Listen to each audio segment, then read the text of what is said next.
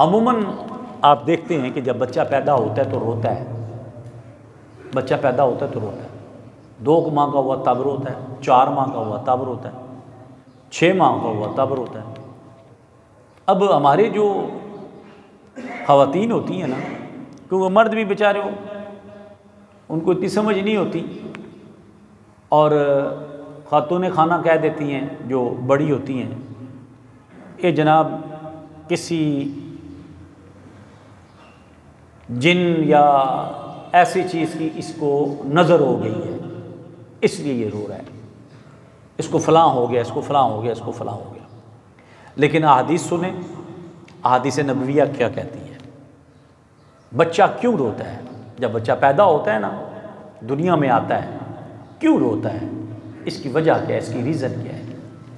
ابا ذی وقار حضرت عبداللہ بن عمر سے مرفوع روایت ہے کہ بچہ 2 ماہ تک لا الہ الا اللہ کی شہادت دینے کے لیے ہوتا ہے۔ اب جب 2 ماہ ابا ذی وقار ہوتا ہے تو اس کو کیا سکھایا جاتا ہے؟ لا الہ الا اللہ، سارے پڑھیں محبت کے ساتھ، لا الہ الا اللہ، لا الہ الا اللہ۔ اور جب 4 ماہ تک اللہ پر پختہ یقین کا اظہار کے لیے ہوتا ہے۔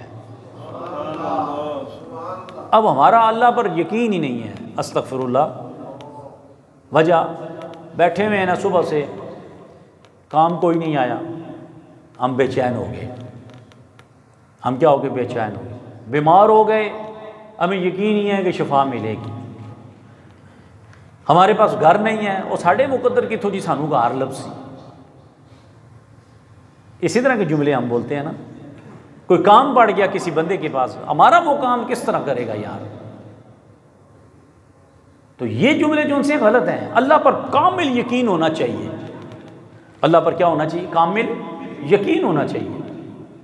جب اللہ پہ کامل یقین ہوگا کہ میرا رب رازق ہے، میرا رب شافی ہے، میرا رب مالک الملک ہے، میں اپنے رب کا بندہ ہوں، وہ میری تمام جائز ضروریات کو پورا کرے گا، تو پھر تو اللہ سونا اس پہ کرم کرے گا، فضل کرے گا، رحمت کرے گا۔ بات سمجھے کہ نہیں بابا جی وقار؟ اب اور 8 ماہ تک کیا جی؟ 8 ماہ تک حضور نبی کریم رؤوف الرحیم صلی اللہ تعالی علیہ وآلہ وسلم پر درود پڑھنے کے لیے ہوتا ہے۔ کیا شان ہے! اب بات سمجھے گی نہیں؟ پھر فرمایا اب جتنے والدین ہیں جن کی اولاد ہے اور جن کی اولاد نہیں ہے، اللہ درود پاک کے صدقے اللہ ان کو اولاد عطا فرما دے۔ اب سنیے گا اور کیا فرمایا آگے، شاہ جی بڑی سننے والی حدیث ہے۔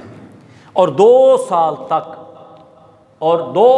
تک اس کا رونا، 2 سال تک اس کا رونا اپنے والدین کے لیے استغفار کے لیے ہوتا ہے۔ سبحان اللہ! کیوں جی حاجی صاحب، کیا صحیح کہ نہیں؟ اب سمجھ آئیے آپ کو بابا ذی وقار؟ ہم پتہ نہیں کن چکروں میں پڑے رہتے ہیں، فلانے بابے کے پاس جاؤ، بنگالی بابے کے پاس جاؤ، چٹے بابے کے پاس جاؤ، سنگلا والے بابے کے پاس جاؤ جی، ہاں جی وہ ننگے بابے کے پاس جاؤ۔ نہیں نہیں نہیں نہیں، یہ ہمیں جب قرآن اور حدیث ہمارے پاس موجود ہے، جب اللہ کے صحیح نیک ولی ہمارے پاس موجود ہے جو تمہیں اللہ اور اس کے رسول کے راستے پر چلاتے ہیں، پھر تو بات ٹھیک ہے۔